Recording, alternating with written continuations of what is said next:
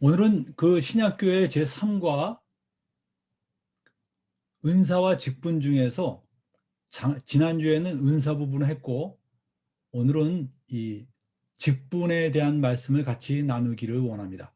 그래서 여러분이 그 은사와 직분이 어떤 관계이고 어떤 차이가 있으며 어떤 공통점이 있나, 이런 것에 대해서 오늘 말씀을 같이 나눌 겁니다.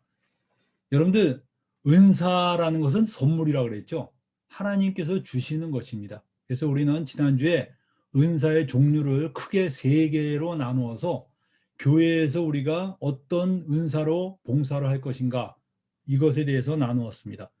근데 오늘은 직분에 대해서 나누는데, 이 직분은 하나님의 선물로 주신다기보다는 교회가 세우는 겁니다. 교회가 사람들을 세우는 건데, 다시 말하면 그 베드로의 경우를 한번 예를 들어보죠. 베드로는 은사적으로는 사도였습니다.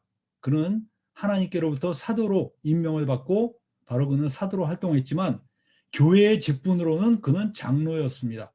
그렇기 때문에 그가 장로로서 활동을 했는데, 베드로전서 5장 1절에 보면 베드로가 이렇게 말했습니다.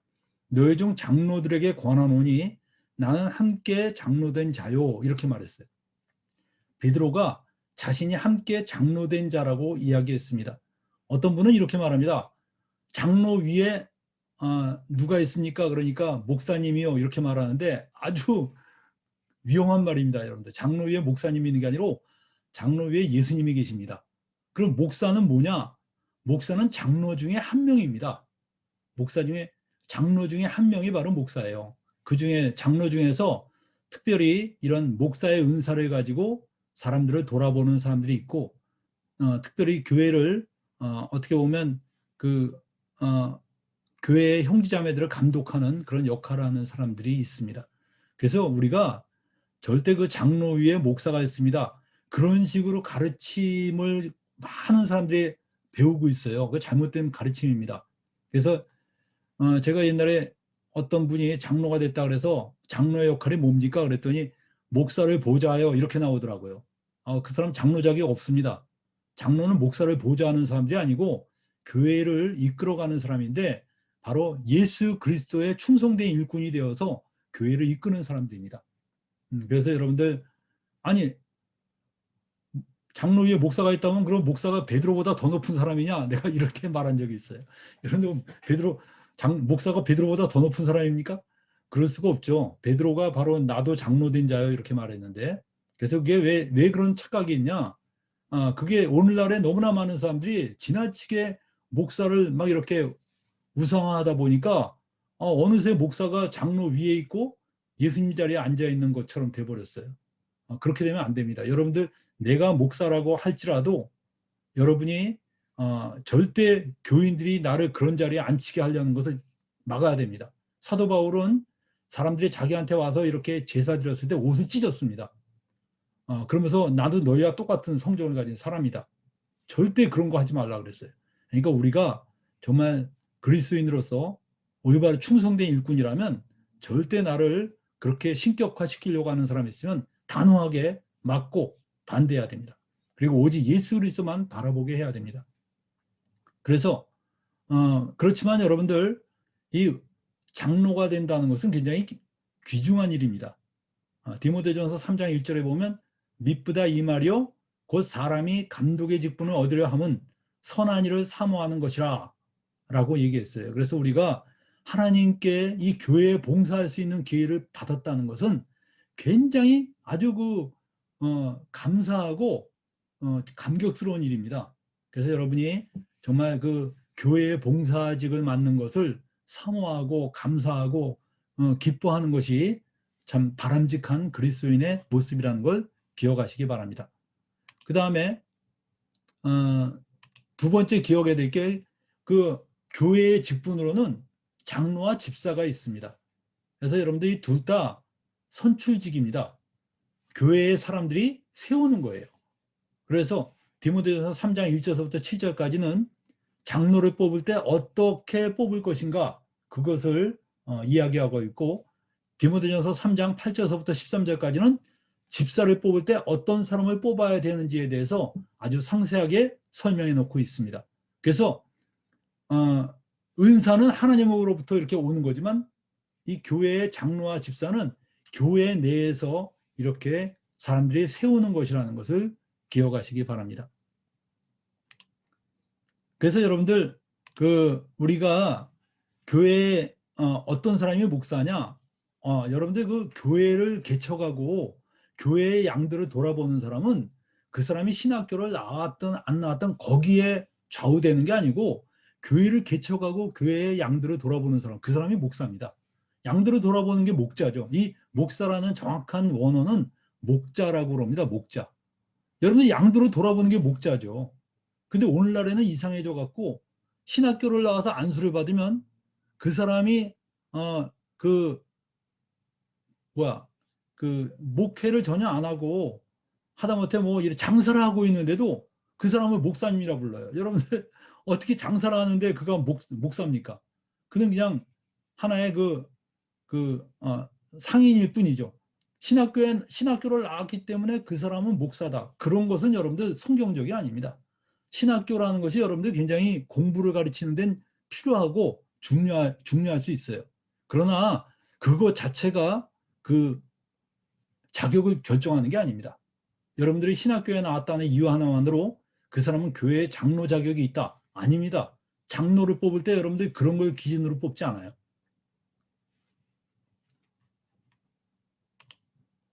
그리고 장로의 직분은 교회에서 보면 그 성경에서는 예루살렘 교회나 그의 이방 교회에서 장로가 언급될 때는 늘 복수로 언급이 됐습니다.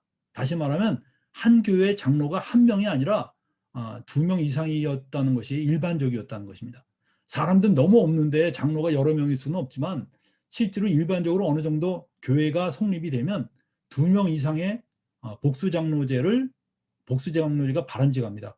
왜 2명 이상이 필요하냐면 한 명이 되면 너무 독단적이 돼갖고 오류를 범할 수 있습니다. 지금까지 역사적으로 보면 사람이 혼자서 독재를 하면 반드시 부패하고 타락하는 것을 그 역사가 보여주고 있어요. 그렇기 때문에 서로 2명 이상이 될 때 서로 견제하고 잘못됐을 경우에 권고하고 이렇게 서로 협력하는 것이 바람직하다. 그래서 여러분들 그 칼빈의 경우에는 이렇게 장로제를 그가 지지한 이유가 그겁니다.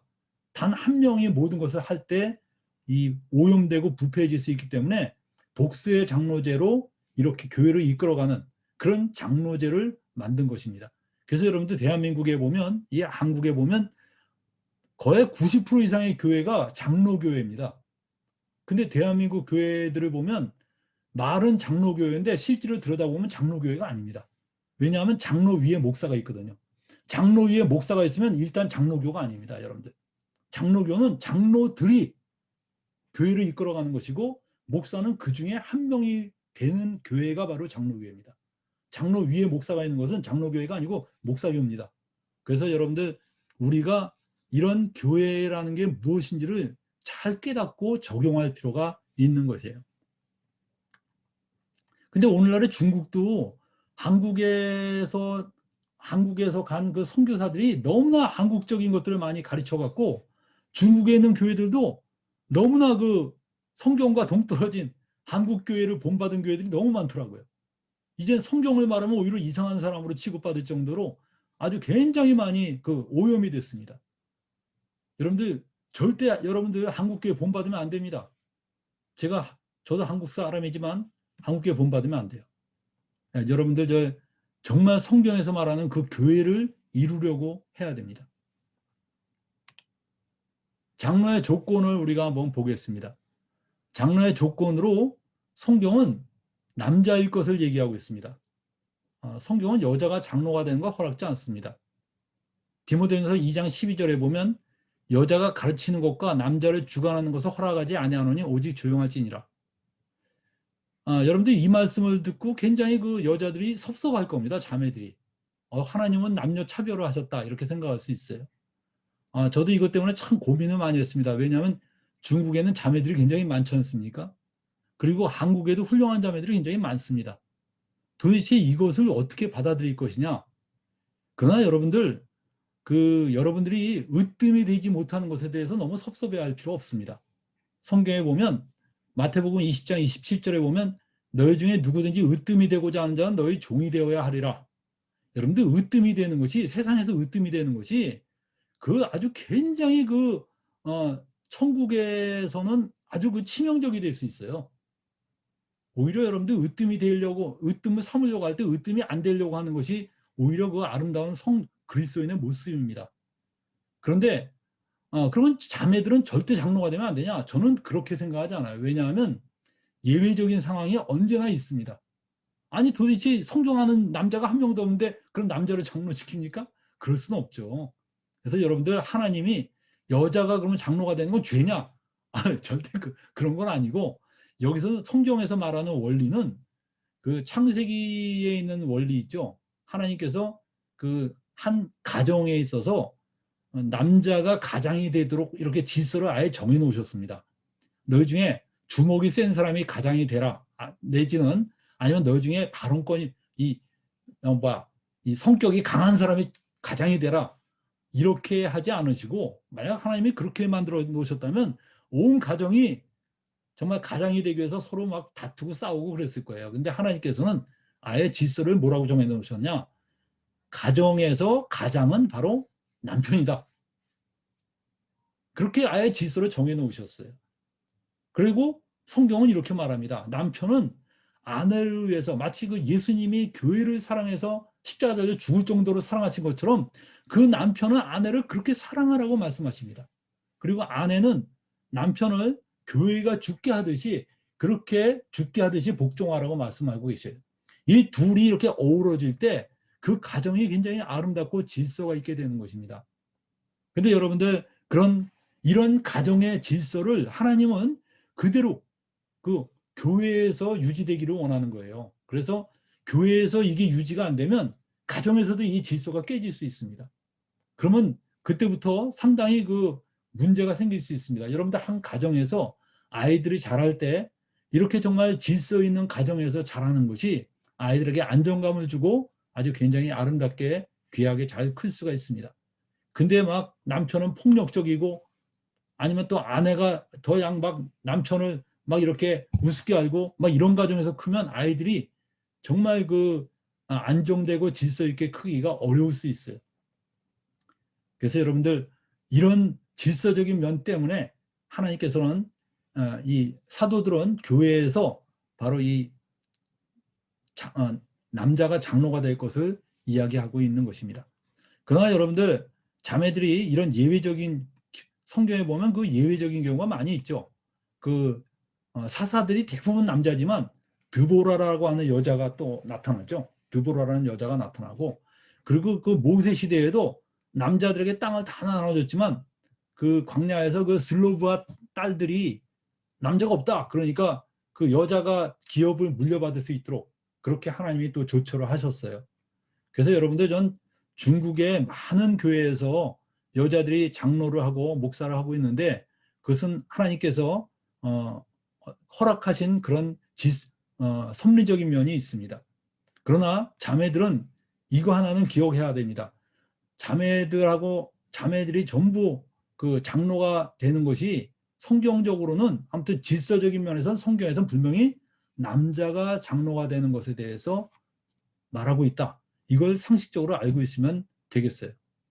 여러분들, 그 자매들이 목사가 아니면 그러면 사역을 못하느냐? 아닙니다. 이 교회사에 보면 자매들을 통해서 엄청난 일들을 이루신 것이 굉장히 많이 있습니다. 여러분들, 영국의 웨일즈 지방에 엄청난 부흥이 일어난 적이 있어요. 그 부흥이 일어났을 때 그 부흥의 주역, 부흥을 일으켰던 그 사람 중에 한 명이 그 자매였습니다. 시펜 루이스 여사라는 자매인데, 이 자매가 십자가의 도에 대해서 깨닫고 사람들 앞에서 그 자기가 깨달음을 그냥 나누어 줬어요. 그런데 그게 막 부흥의 불길이 일어난 겁니다. 하나님께서 그 자매를 통해서 역사하는데 누가 그걸 막겠습니까? 하나님이 하시는데 그거 못하게 막을 수 있겠어요? 못하죠. 하나님께서. 그리고 또 성경에 보면 브리스길라와 아굴라라는 사람이 나옵니다. 거기에 보면 이 브리스길라가 자매입니다. 근데 성경이 원래 그 형제가 앞에 나오고 자매가 뒤에 나오는데 이 가정은 소개할 때 대부분을 브리스길라와 아굴라라고 말하고 있어요. 그리고 아볼로가 그 성경에 대해서 푸는 것을 보고 가정에 데려다가 브리스길라와 아굴라가 그 아볼로에게 이 성경을 자세히 이렇게 가르쳤다는 그런 얘기가 있습니다. 그래서 하나님의 도를 아주 더 자세히 풀어서 이뤘는데 브리스길라가 앞에 나온 거 보니까 이 브리스길라가 이 아볼로를 상당히 많이 가르쳤던 것 같아요. 그래서 여러분들 우리가 이런 성경에서 그 사도 바울이 자매는 교회에서 가르치지 말아라 이런 말에 대해서 우리는 그 예외적인 것이 있으며 그리고 실제로 그 하나님의 허락 아래 남자가 장로가 허락하는 하에 그런 사역들을 얼마든지 이룰 수 있다는 것을 기억하시기 바랍니다. 우리 한국의 경우에 보면 그 한국에 아주 그 자매 중에 그 여전도사님이 계십니다. 그분이 그 일제시대 때 일본 강점기 시대 때 여자의 몸으로 신학교 주님을 만나갖고 너무나 기뻐갖고 남편 사랑도 못 받고 정말 남편에게 버림받다시피 한 그 자매였는데 그가 예수님을 만나고서 너무나 기뻐갖고 예수님께 충성하기로 하고 신학교로 들어가려고 했더니 또 그 당시 신학교는 또 여자가 또 들어오지도 못하게 했어요. 그래서 그 신학교를 그 청각만 했습니다. 청각만 하고 정식 졸업장을 못 받고 그냥 수료증만 받고선 그가 한국에 자기 고향으로 내려와서요. 자기 고향으로 내려와서 복음을 전하기 시작했습니다. 그래서 그 자기 고향이 그 섬이었는데 그 섬 주변에 있는 섬들을 돌아다니면서 그 여자의 몸으로 정말 신발이 닳도록 돌아다니면서 복음을 전해갖고 교회를 무려 100개를 세웠나 그래요. 100개의 교회를 세웠는데 지금도 우리 한국에서 그 지역에 가면 놀랍습니다. 왜 놀랍냐면 그 지역의 90%가 크리스찬이에요. 그 지역의 90%가 크리스찬인데 한국 어느 지역에도 그런 지역이 없어요. 90%가 크리스찬인 집이. 그 동네가. 거기 섬들이 여러 개인데 그 수많은 섬들이 정말 대부분의 사람들이 크리스찬입니다. 이게 바로 그 자매가 낳은 열매입니다. 얼마나 하나님께서 그 자매를 통해서 귀하게 역사하셨는지 모릅니다. 여러분들 우리가 바로 이렇게 꼭 교회에서 으뜸이 되어야지만 내가 사역을 할 수 있는 게 아닙니다. 으뜸이 되든 안 되든 그건 중요한 게 아닙니다. 정말 주님께 겸손한 마음으로 주님을 사랑하는 마음으로 내가 있는 곳에서 일할 때 하나님은 그를 통해서 누구도 할 수 없는 일을 하시고 그리고 천국에서 그런 사람이 상이 큽니다. 세상에서 그냥 으뜸돼서 대접받고 추앙받고 그런 사람은요. 전 상당수가 오히려 천국에 못 들어간다고 생각해요. 왜냐? 이미 그 마음속에 주님이 안 계시고 자기가 주님의 자리에 앉아 있는데 어떻게 천국에 가겠습니까? 예수님이 주님이시지 자기가 주님이 아니거든요. 그래서 저는 오히려 자매들이 이런 것에 대해서 섭섭해하지 말고 받아들이고 그렇지만 또 하나님께서 그렇다고 자매들을 세우셨는데 또 갑자기 또 뭐 그만두겠다 이러지도 마시고 하나님이 인도하시는 대로 기쁨으로 그러나 언제라도 우린 겸손함을 잃지 않는다면 하나님이 아주 귀하게 역사하시리라고 생각합니다. 그 다음에 우리 장로의 조건으로는 책망할 것이 없으며 각종 덕을 갖춘 자가 되어야 합니다. 그래서 여러분들 그 세상적인 부와 신분은 장로 선정에 어떠한 고려도 되면 안 됩니다. 오늘날의 많은 교회들이 그 사람이 돈을 많이 내고 돈이 많아요. 그러니까 장로를 시키는 겁니다. 여러분들 한국에 너무나 많은 교회들이 세상에서 뭐 국회의원이다? 아니면 세상에서 무슨 대단한 그 권력을 가지고 있다? 이런 사람을 장로로 시킵니다. 그러다 보니까 그 사람이 나중에 나라에서 지탄을 받고 백성들한테 욕을 먹으면 교회에도 덩달아 욕을 먹는 거예요. 여러분 성경에 누가 그런 사람을 장로로 삼으라고 그랬습니까? 여기 보면 디모데전서 3장 2절 3절에 뭐라고 그랬어요? 그러므로 감독은 책망할 것이 없으며 한 아내의 남편이 되며 절제하며 신중하며 단정하며 나그네를 대접하며 가르치기를 잘하며 술을 즐기지 아니하며 구타하지 아니하며 오직 관용하며 다투지 아니하며 돈을 사랑하지 아니하며 바로 이런 사람을 장로로 삼으라고 그랬어요. 여기에 뭐 세상에서 권력이 잘 나가고 돈이 많을 것이며 이런 거 하나도 없어요. 여러분들 많은 교회들이 세상을 사랑하면서 세상적인 것들을 추구하기 때문에 그런 사람들을 장로로 삼는 겁니다. 절대 여러분들 그런 사람 장로로 삼으면 안 됩니다. 성경은 그 사람이 세상적으로 권력이 있든 없든 그거는 전혀 기준으로 삼지 말고 바로 이겁니다. 정말 그가 이렇게 덕을 갖춘 사람이냐, 책망할 것이 없는 사람이냐, 이런 것들을 우리가 살펴봐야 됩니다. 뭐 신학교를 나왔냐 안 나왔냐 그것도 장로의 조건이 아닙니다, 여러분들. 성경에 그런 조건이 어디 있어요? 그러나 여러분들 그가 가르치기를 잘하며라는 말이 있죠. 마찬가지로 일단 사람을 가르치려면 성경을 제대로 알아야 될 거 아닙니까? 그러면 아무래도 신학교를 나온 사람들 훨씬 더 성경을 많이 알 수 있는 그 확률이 높죠. 요새는 근데 신학교도 너무나 엉터리 신학교가 많고 심지어 삼위일체도 부정하는 신학교도 많기 때문에 이거 참 이 마지막 때 이 배도의 역사가 일어난다 그러더니 신학교부터 배도하는 신학교들이 너무 많습니다. 이것도 참 어려운 상황이에요. 그렇지만 아무튼 성경을 아주 잘 알아야 되겠죠. 일단 장로가 되려면. 이런 것들이 다 장로의 조건입니다. 그 다음에 여러분들 세 번째는 집을 잘 다스리고 자녀들에게 존경받는 아버지여야 됩니다. 디모데전서 3장 4절서부터 5절에 보면 자기 집을 잘 다스려 자녀들로 모든 공손함으로 복종하게 하는 자라야 할지며 이렇게 말했어요. 여러분들 사람이 자기 집을 다스릴 줄 알지 못하면 어찌 하나님의 교회를 돌아보리요? 라고 성경은 말하고 있습니다. 여러분들 장로는 평소에 자족을 잘 돌봐야 됩니다. 근데 여러분들 많은 사람이 오해하는 게 있습니다. 예수님이 마태복음 19장 29절에 또 내 이름을 위하여 집이나 형제나 자매나 부모나 자식이나 전토를 벌인 자마다 여러 배를 받고 또 영생을 상속하리라. 이 말씀을 읽으면서 이 자식이나 부모 이거 다 버려야 되는구나. 그래서 아예 돌아보질 않는 겁니다. 부모도 안 돌아보고 자식도 안 돌아보고 그냥 사역에만 열심히 내는 거예요. 여러분들 예수님이 말씀하신 건 그런 뜻이 아닙니다. 여러분들 우리가 어떤 순간에는 선택해야 될 때가 있어요. 주님이냐 자식이냐, 주님이냐 하나님이냐, 주님이냐 부모님이냐. 그런 부모님이 주님이냐 아내냐 이렇게 선택해야 될 상황이 있습니다. 내가 예수 믿는데 감옥에 끌려가요. 내가 감옥에 끌려가면 자식들 못 돌봅니다. 그때 자식 돌보기 위해서 예수님 부인하시겠어요? 그럴 수 없죠. 우리가 정말 주님을 인정함으로써 내가 자식을 못 돌아보는 상황이 생겨도 그때는 어쩔 수 없습니다. 그럴 때는 정말 내가 주님 때문에 정말 자식이나 아내나 부모를 내가 어쩔 수 없이 버릴 수 있지만 그러나 평소에는 여러분들 정말 잘 돌봐야 됩니다. 왜냐? 예수님 하나님이 뭐라고 말씀하셨습니까? 네 부모를 공경하라 그랬잖아요. 아니 부모를 공경하라 그러는데 부모 공경 안 하고 여러분들 매일 내가 사역한답시고 엉뚱한 것만 하면 어떡합니까? 그리고 여러분들 자식을 돌보는 것도 마찬가지입니다. 성경은 분명히 자녀를 잘 돌볼 것을 이야기하고 있어요. 장로는 평소에 가족을 잘 돌봐야 됩니다. 여러분들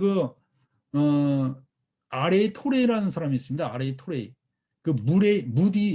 미국의 무디와 함께 사역했던 사람인데 미국이 상당한 부흥이 일어난 적이 있습니다. 19세기 말에 굉장한 부흥이 일어났었는데 그 굉장한 부흥이 일어났을 때 무디와 함께 사역했던 아레이 토레이가 있었는데 이 토레이라는 사람이 굉장히 충성되고 그리고 사람이 좀 엄격한 사람이었어요. 잘 웃지도 않는 사람입니다. 그래서 그 아레이 토레이 밑에서 배웠던 그 학생들이 이 사람이 신학교 학장이었는데 그 학생들이 이 사람을 굉장히 어려워했습니다. 너무 엄격하고 그래서. 근데 이분이 주말만 되면 집에 틀어박혀서 나오질 않는 거예요. 그러니까 사람들이 도대체 굉장히 바쁜 사람이었거든요, 이 사람이. 근데 주말만 되면 아무 일도 안 맡고 딱 집에 있고 그 다음에 주일날에 교회만 딱 갔다 오는 것입니다. 그래서 도대체 이분이 주말에 뭐 하길래 이렇게 나오질 않으실까? 그래서 어떤 분이 그 집을 방문했더니 깜짝 놀랐습니다. 이렇게 엄격하고 정말 그 잘 웃지도 않는 그분이 자기네 집 자녀들하고 뛰어놀면서 술래잡기를 하고 깔깔거리고 웃으면서 그 집에서 지금 애들하고 놀고 있더라는 거예요. 사람들은 너무 충격을 받았어요. 아니, 저 사람이 기껏 그 모든 사역을 내려놓고 뭐 애들하고 뛰어놀고 있어? 어떻게 저럴 수 있을까? 여러분들 생각할 때 어때요? 이 사람이 잘못한 것일까요? 여러분들 아닙니다. 이 사람은 그 아이들하고 뛰어놀면서 그 아이들을 사랑하고 아이들에게 정말 하나님의 어떤 분인가를 가르쳐 줬어요. 그래서 여러분들 그 아레이 토레이의 그 아들은 나중에 중국 선교를 위해서 자기 자신을 바쳤습니다. 그리고 중국 선교하다가 그 손 하나를 잃어버리는 그런 불의의 사고까지 당했습니다. 근데도 그 사람이 기쁨으로 다시 또 한국에 와서 이 선교사 활동을 하면서 그 아들, 그러니까 이 아레이 토레이의 손자가 되죠. 그 손자가 또 우리나라에 얼마나 많은 영향을 끼친 선교사였는지 모릅니다. 그 한국의 그 대천덕이라고 그래갖고 예수원 지금 강원도에 예수원이라고 있는데 그 예수원의 원장으로 있으면서 많은 사람에게 영향을 끼쳤어요.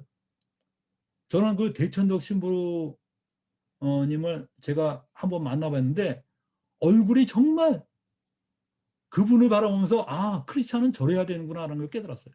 얼굴이 어린애 같아요. 어린애 같다는 게 무슨 뜻이냐면 뭐 순진하게 생겼다 그게 아니라 사람을 절대 판단하는 얼굴이 아니에요. 그냥 있는 그대로 받아주는 그렇게 겸손하고 그래서 제가 감동을 받았어요. 여러분들 영적으로 뛰어나면 어때요? 영적으로 뛰어나면 막 눈에서 불꽃이 튀어나오고 상대방 막 다 꿰뚫어 보는 것 같이 보이고 그럴 것 같죠? 아닙니다. 진짜 영적으로 뛰어난 사람은 모든 사람을 판단하지 않고 있는 그대로 받아주는 그 주님의 마음을 갖고 있더라고요. 여러분들 그게 영적으로 뛰어난 겁니다. 그리고 이 대천덕 신부가 그 얼마 전에 돌아가셨는데 돌아가시고 난 뒤에 이번엔 그 아들이 여전히 대를 이어서 주님을 위해서 이렇게 헌신하고 있어요. 여러분들 자녀들에게 여러분들 투자하는 게 이거 헛된 게 아닙니다. 자녀들이야말로 진짜 성도들 중에서 가장 우선적으로 투자해야 될 대상이에요. 내 자녀가 예수 안 믿으면 여러분들 다른 사람들 10명 예수 믿는 것보다 내 자녀가 예수 믿는 게 더 중요합니다. 왜냐하면 내 자녀가 예수를 믿어야지 그 자매가 그 아들이 또 얼마나 많은 사람을 전도하겠어요. 여러분들 정말 자녀들을 신앙적으로 잘 키우는 게 얼마나 중요한지 모릅니다. 자녀들을 위해서 여러분들 시간을 들여야 됩니다. 시간이 없다고 내 자녀 신앙교육 포기한다면 도대체 뭐가 더 중요합니까? 그거보다 더 중요한 게 어디 있어요? 여러분들 교회 성도들 돌아보는 거 중요하지만 내 자녀도 성도고 내 부인도 성도입니다. 그 사람들 여러분들 신앙적으로 잘 키우지 못하면 오히려 내가 나중에 내 사역 자체가 방해가 되고 막힙니다. 그래서 여러분들 잘 돌아봐야 됩니다. 우리 교회도 그 어떤 자매가 교회 다니면서 그냥 주님을 위해서 모든 걸 버려야 된다는 걸 잘못 깨달아 갖고요. 월화수목 금토일을 전부 다 예배당에서만 살았어요. 자녀를 돌아보지 않았습니다. 그러니까 그 자녀들이 학교 다니면서 집에만 오면 엄마가 없는 거예요. 엄마가 어디 갔나? 교회당에 가 있다는 거야. 교회당에. 그러니까 이 딸들 3명인데 이 딸들 3명이 모두 예수를 안 믿기로 결정하고 다 뿔뿔이 흩어졌어요. 그냥. 전부 다 예수를 안 믿는 거야.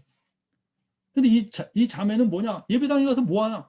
예배당에 가서 그냥 뭐 청소도 하고 뭐 그냥 사람들하고 어울려서 뭐 교제하고 말씀 듣고 이런 것만 하고 있는 거예요. 그러다가 나중에 성경을 우리 교회에서 성경을 배우면서 그게 잘못됐다는 걸 깨달았어요. 그가 정말 회개하고 그리고 올바른 복음에 섰습니다. 그러면서 그 딸들 한 명 한 명들이 다 주님께로 돌아왔어요. 그래서 큰딸이 예수님 믿고 우리 교회 와서 세례 받았습니다. 둘째 딸도 암에 걸렸었는데 예수를 안 믿고 그 암 투병하다가 나중에 예수님을 받아들이고 그가 하늘나라 갔습니다. 셋째 딸도 엄마가 믿는 하나님 안 믿겠다 그러다가 나중에 엄마가 변화되는 걸 보고 셋째 딸도 예수님 믿게 됐어요. 여러분들, 우리가 자녀들이 예수님 믿는 게 얼마나 중요한데요. 그래서 여러분들 자녀들을 잘 돌아봐야 됩니다. 자녀를 사랑하고. 그러나 어느 순간인가 내가 정말 주님 때문에 돌아볼 수 없는 상황이 생기면요, 하나님께 맡기면 하나님이 그 자녀들 다 아름답게 키워주십니다.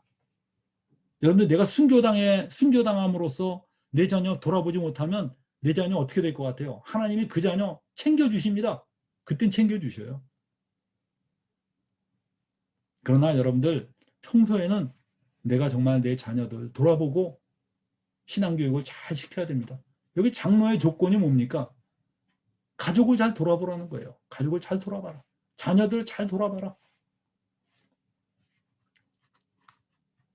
그 다음에 여러분들, 장로의 조건으로는 신앙 연륜이 짧지 않고 세상 사람들에게 선한 증거를 얻은 자를 말하고 있습니다. 여러분들 디모데전서 3장 6절 7절에 보면 새로 입교한 자도 말지니 교만하여져서 마귀를 정죄하는 그 정죄에 빠질까 하며 또한 외인에게서 선한 증거를 얻은 자라야 할지니 비방과 마귀의 올무에 빠질까 염려하라 그랬습니다. 여러분들 주님을 제대로 알지 못하는 초신자가 장로가 될 경우에 교만의 죄에 빠질 수 있습니다. 여러분들, 저는 오늘날에 한국의 신학교가 얼마나 문제가 심각한지 잘 알고 있어요. 제대로 주님을 알지도 못하고 세상적으로도 너무나 수준이 낮은 사람이 단지 신학교 들어갔다는 이유 하나만으로 목사가 돼갖고선 교회의 리더가 된다는 것처럼 이런 불합리가 어디 있습니까? 그러니까 교회가 아주 망가지는 거예요. 여러분들, 우리는 그런 거를 기준으로 장로가 되면 안 되죠. 여기 보면 새로 입교한 자는 말진이 그랬어요. 예수 믿은 지 얼마 되지도 않은 사람이 교회 리더가 되면 안 되죠. 정말 영적으로 그가 정말 어느 정도 성숙하고 사람들을 받아들일 수 있는 그런 마음을 가진 사람이 리더가 되고 목자가 돼야 됩니다. 그렇지 않으면요, 교만해져 갖고 사람들에게 군림하려고 그러고 지배하려고 그러고, 그래서 마귀를 정죄하는 그 정죄가 뭡니까? 여러분들, 마귀가 교만해서 하나님께 정죄받은 존재 아닙니까? 여러분들, 우리가 그런 교만해지는 그런 상태에 빠지면 안 되고요. 또한 외인에게 선한 증거를 얻은 자라 할지니, 많은 사람이 교회 내에서는 굉장히 칭찬받고 있는데 막상 밖에 나가면 아주 구두 세고 손가락질 받는 사람이 될 수 있어요. 그런 사람들 장로로 뽑지 말라는 거예요. 여러분들, 이런 외인들은 예수 안 믿는 사람인데 예수 안 믿는 사람들에게도 저 사람은 정말 그 안에서 그리스도의 향기가 있다, 이런 사람을 여러분들 장로로 뽑아야 됩니다.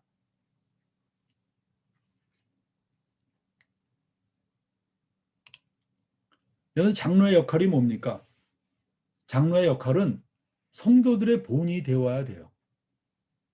여러분들, 장로는 말로 지시하는 자가 아닙니다. 오늘날에 설교 잘하는 사람은 되게 많습니다. 인터넷 열어봐요. 전부 다 설교를 매끄럽게 하고 있어요. 근데 여러분들, 설교를 통해서는 사람이 안 변합니다. 안 바뀌어요, 여러분들. 한번 여러분들 생각해 보세요. 여러분들 자녀들에게 잔소리해서 바뀝니까? 잔소리해서 안 바뀝니다, 여러분들. 자녀들은요, 잔소리로 바뀌는 게 아니에요.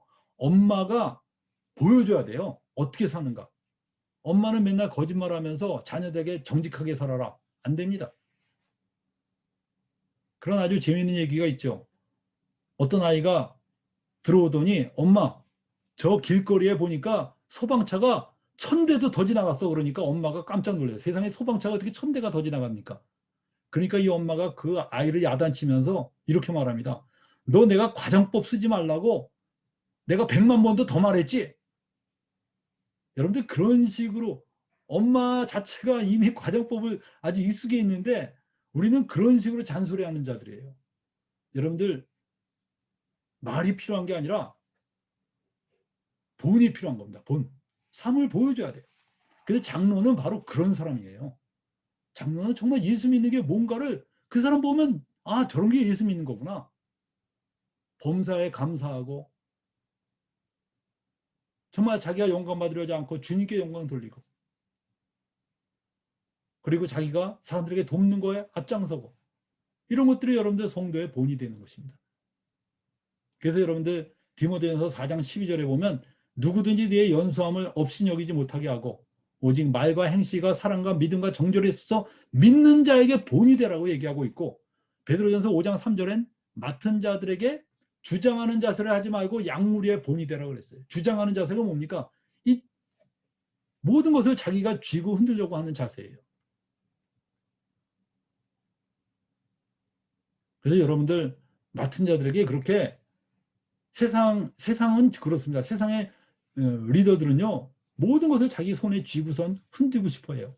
근데 여러분들 우리는 그렇게 주장하는 자세가 아니라 우리가 본이 되는 사람이고 그리고 그들을 지배하려는 자가 아니라 그들을 돕는 자가 되려고 하는 것이 올바른 장로의 모습이라는 것을 기억하시기 바랍니다. 두 번째는 장로의 역할은 교회 성도들을 돌보고 양육하는 사람입니다. 여러분들 장로는 대접받는 사람이 아니라 봉사하는 사람이에요. 무슨 봉사를 하냐? 교회 성도들을 돌아보고 양육하는 사람이에요. 교회 성도들이 잘 성장하도록 챙겨줘야 됩니다. 장로가 교회에 어떤 형제가 지금 요새 신앙이 점점 흐지부지 하고 있는데 비난만 하고 있으면 되겠습니까?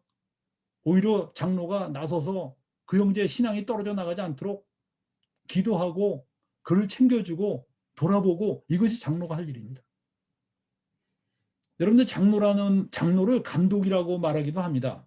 왜 감독이라고 그러냐? 감독이 하는 게 뭔지 알죠, 여러분들? 아마 여러분은 축구 감독, 야구 감독 이런 건 굉장히 익숙할 거예요. 감독이 하는 일이 뭡니까?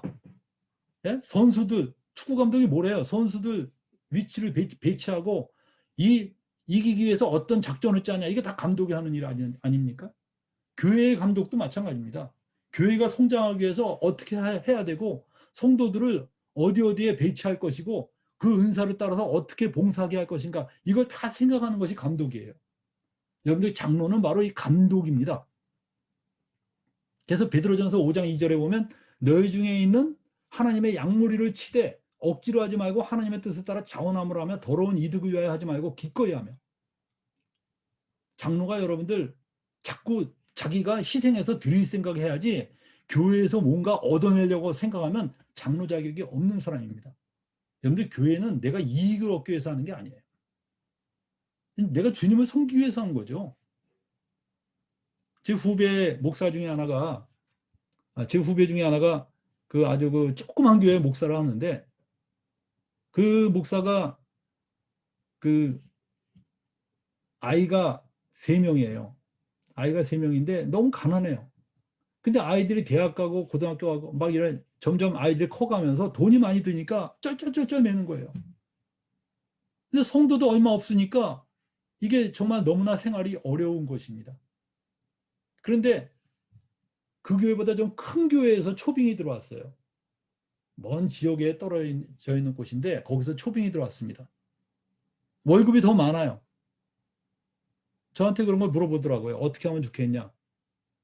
저는 그래서 떠나라 남아있어라 조언하지 않았습니다. 이것만 얘기했어요. 형제님은 어떻게 이 목사가 된 이 길을 걸어가게 된 이유가 뭡니까? 먹고 살기 위해서입니까? 아니면 주인께 충성하기 위해서입니까? 하나님 나라를 위해서입니까? 그러니까 그 원칙하에서 생각하라는 거예요. 어디가 돈을 많이 주냐? 이게 기준이 되면 안 된다는 거죠. 그러니까 본인이 알아듣더라고요. 그러더니 그는 결국 가지 않고 그대로 남아서 충성하는 걸 봤습니다. 여러분들 참 귀한 겁니다, 그게. 여러분들 우리가 일부러 뭐 가난한 거 찾으러 다닐 필요는 없습니다. 그러나 우리의 기준이 물질에 있지 않고 바로 하나님 나라에 있다는 사실을 여러분 잊어버리면 안 됩니다.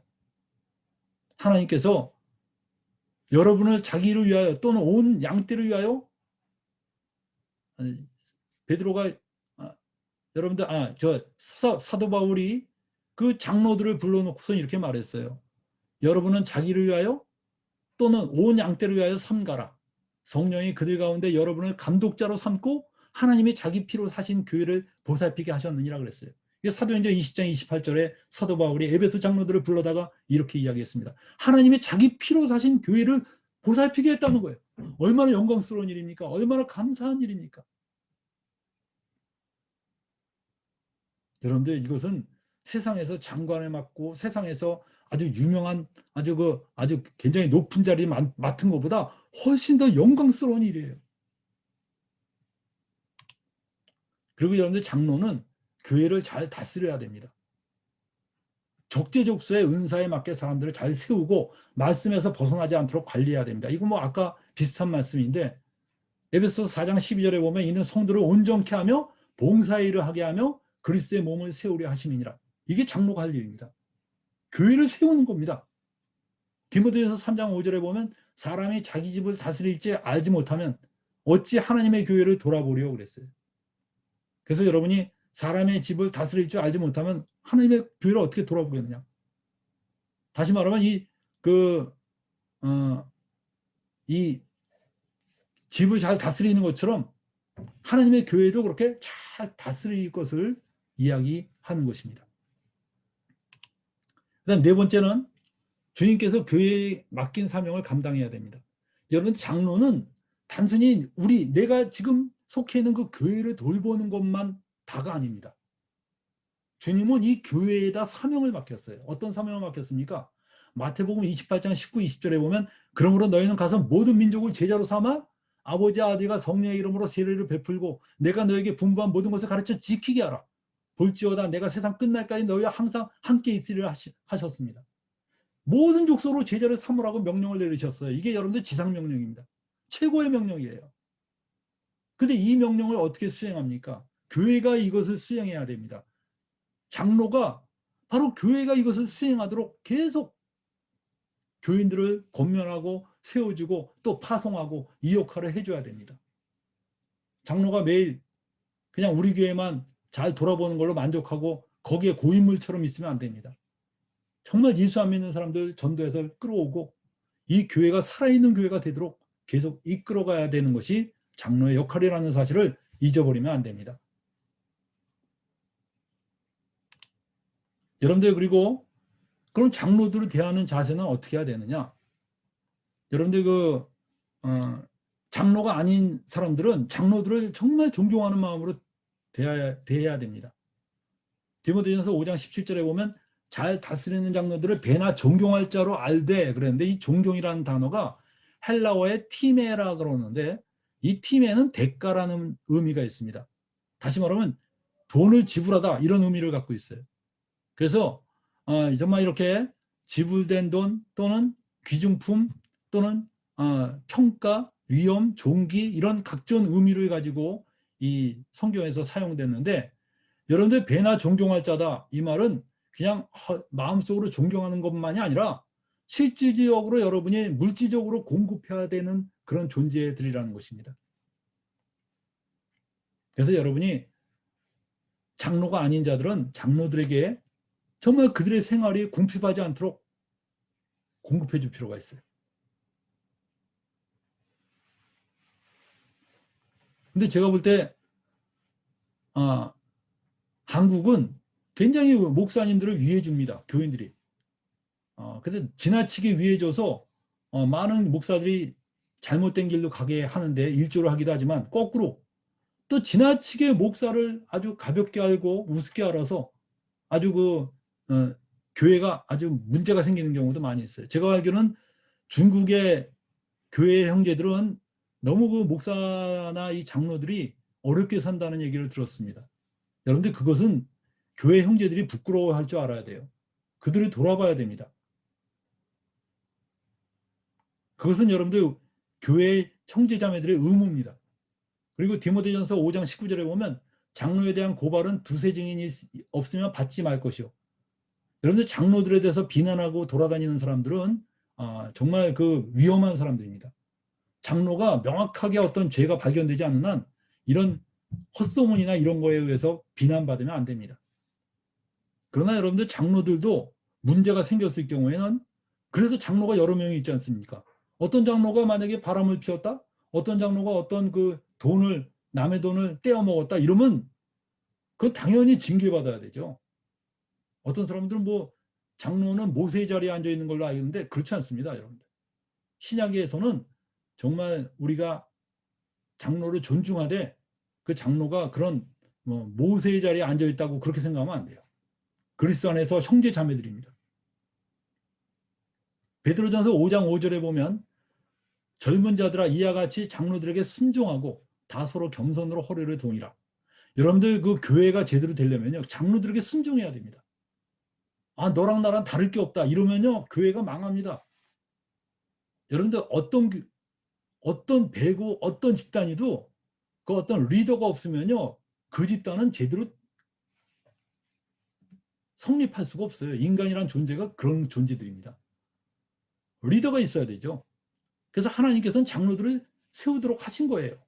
근데 여러분이 장로를 세워놓고 그 장로에게 순종하지 않고 그냥 뭐 굉장히 교만하게 행동한다면 하나님이 그 사람은 어떻게 하시겠어요? 여기 성경에 보니까 뭐라 그랬어요? 하나님은 교만한 자를 대적하신다 그랬어요. 여러분들이 옳고 그른 게 중요한 게 아닙니다. 그 태도가 중요한 거예요. 내가 장로보다 똑똑하다. 내가 내 말이 장로보다 더 높다. 그 여러분들 아무리 여러분이 옳아도 그 태도가 교만하면 하나님은 교만한 자를 대적하십니다. 그래서 여러분들이 겸손한 마음으로 장로에게 순종하려고 그러고 장로를 따르려고 하고 이런 올바른 태도를 가질 필요가 있어요. 그래서 여러분들 장로에 대해서는 이 세 가지 기억하세요. 존경하세요. 그리고 함부로 모함하지 못하도록 하세요. 교인들 중에서 장로에 대해서 비난하는 사람 있으면 경고해야 됩니다. 함부로 모함하지 마라. 그리고 여러분들 그 장로들에게 순종하세요. 그래야지 여러분들 교회가 아름답게 이렇게 성장하는 것입니다. 그리고 여러분들 집사가 있습니다. 집사는 디모데전서 3장 8절서부터 집사에 대해서 나오는데 이와 같이 집사들도 정중하고 일구이원을 하지 말고 술에 임박이지 아니하고 더러운 일을 탐하지 아니하고 이렇게 말했어요. 그래서 정직하고 충성된 자를 집사를 뽑을 거라 그랬는데 여기 집사는 여러분들 남녀 구별이 없습니다. 그래서 디모데전서 3장 11절에 보면 여자들도 이와 같이 정숙하고 모함하지 아니하며 절제하며 모든 일에 충성된 자라야 할지니 이렇게 나왔어요. 그래서 여러분들 그 자매들 중에 아주 탁월한 그런 자매들이 있습니다. 로마서 16장에 보면 갱그리아 교회의 일꾼 자매 베베라고 나옵니다. 여러분들 여기서 일꾼이라는 말이 집사라는 말하고 똑같은 단어입니다. 갱그리아 교회의 자매 베베를 성도들의 합당한 예절로 그를 영접하고 그에게 소용되는 바를 도와줄지니 이는 그가 여러 사람과 나의 보호자가 되었음이니라. 사도 바울의 보호자까지 되었다고 얘기하고 있습니다.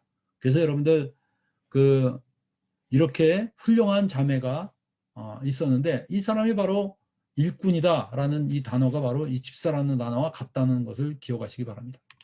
그 다음에 여러분들 집사의 조건으로 두 번째는 깨끗한 양심에 믿음의 비밀을 가진 자라야 할지니라고 얘기했어요. 여러분들 그 깨끗한 양심에 믿음의 비밀을 가졌다. 믿음의 비밀이 뭘까요? 집사는 믿음의 비밀을 가지고 있어야 된다.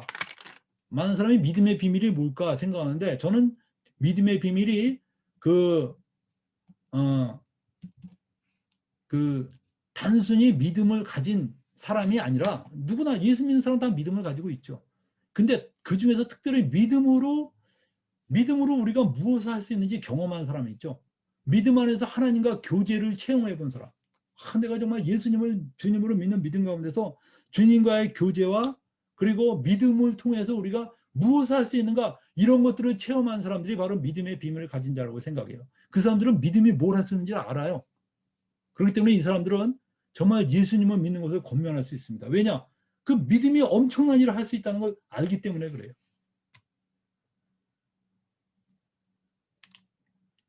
그리고 집사는 다스리는 역할이 아니라 장로를 돕는 역할을 하는 사람들입니다. 장로를 돕는 역할을 하고 그리고 집사는 교회의 각종 업무를 맡아서 수고하는 자입니다. 그래서 사도행전 6장 3절서부터 4절에도 바로 집사를 처음 뽑을 때 그 목적이 나오죠. 형제들아 너희 가운데서 성령과 지혜가 충만하여 칭찬받는 사람 7을 택하라. 우리가 이 일을 그들에게 맡기고 우리는 오로지 기도하는 일과 말씀 사역에 힘쓰리라.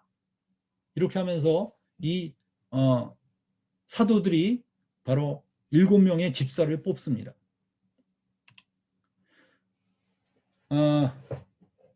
여러분들 그 교회 내에서는 어떤 호칭으로 불리는 게 좋으냐?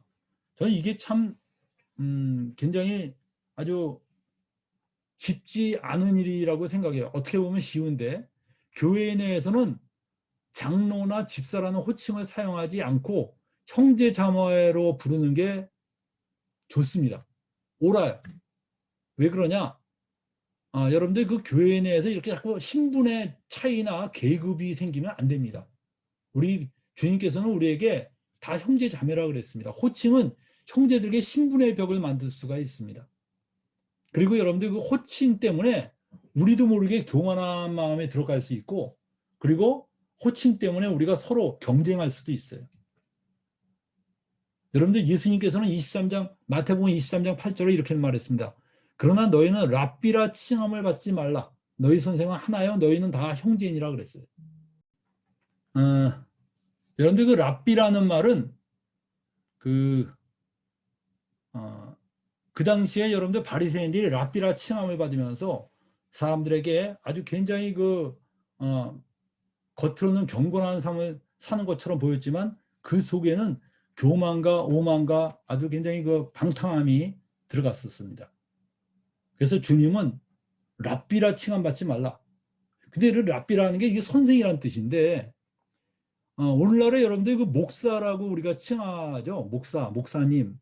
그 사가 그게 스승사자거든요. 랍비라는 뜻입니다. 랍비. 목사님, 이게 랍비라는 뜻이에요. 어떤 사람은 목사와 랍비는 다르죠. 아니, 그 단어는 다르지만 뜻이 거의 같아요. 그 당시에 사람들이 그 선생을 알고 자기들과 다른 신분의 사람으로 인식했던 그런 개념이 똑같습니다. 그래서 여러분들 그 목사라고 칭하는 것이 뭐 그냥 별 뜻 없이 어떤 나라에서는 뭐 그게 별 뜻 없이 칭해지는 나라도 있지만 어떤 곳에서는 목사가 진짜 랍비처럼 되어 갖고 사람들이 그에게서 완전히 뭐라 그럴까 신분이 다른 존재인 것으로 그들은 뭔가 그들은 주의 종이고 우린 주의 종이 아닌 그들은 제사장이고 우린 백성인 그리고 그들은 뭔가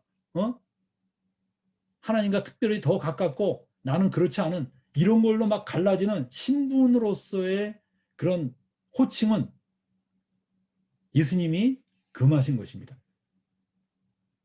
그래서 여러분들 우리 교회는 형제자매로 다 불립니다. 여러분들 제가 장로로서 사람들에게 장로라 부르는 것을 용납하지 않아요. 저는 우리 교회 형제들한테 목사입니다. 그렇지만 여러분들 저는 목사라고 불림을 받지 않습니다. 그리고 여러분들 우리 교회 형제들한테 내가 또한 사람들을 성경을 가르치는 교사지만 저는 교사라고 불리지 않아요. 그렇게 불리지 못하게 합니다. 형제자매로 부르게 합니다. 베드로후서 3장 15절에 보면 우리 사랑하는 형제 바울도 그 받은 지혜대로 너에게 이같이 썼고 그랬습니다. 우리 사랑하는 형제 바울도 여러분들 그 사랑하는 형제 바울에게 대해서 뭐 사도 물론 사도입니다. 바울은. 근데 부를 때 뭐 사도요 이렇게 부른 게 아니라 형제 바울이라고 그랬어요. 그리고 빌레몬서 1장 20절에 보면 이 빌레몬은 여러분들 당시의 유대인의 귀족입니다. 유대인의 귀족인데 유대인의 귀족이 아니라 어떤 유대인의 귀족이라고 했었고 어떤 이방인의 귀족으로 알고 있습니다. 그가 아무튼 이방인의 귀족이든 유대인의 귀족이든 간에 중요한 게 뭐냐면 그 사람은 상당히 높은 신분의 사람이었는데 사도 바울이 뭐라고 부릅니까? 이렇게 불러요. 오 형제요. 오 형제요.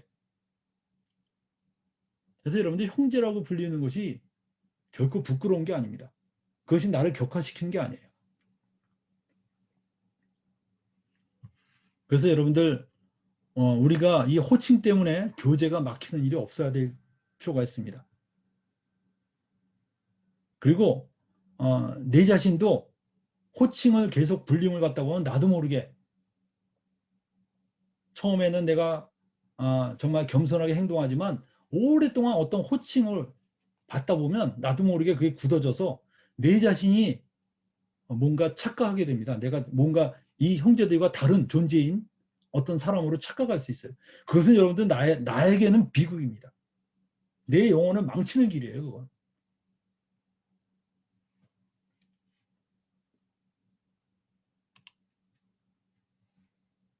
여러분들 직분자의 올바른 자세에 대해서 봅시다. 우리 직분자는 어때야 됩니까? 억지가 아닌 자원하는 마음으로 봉사할 것. 여러분들 직분자는 우리가 자원하는 마음으로 하는 거지 억지로 하는 게 아닙니다. 세상적인 이익을 추구하면 안 되죠. 여러분들 교회를 통해서 이익 얻으려고 생각하지 마세요. 이것은 사역이지 내 직장 직업이 아닙니다. 내가 주님께 충성하면 주님께서 공급해 주시고 채워 주십니다.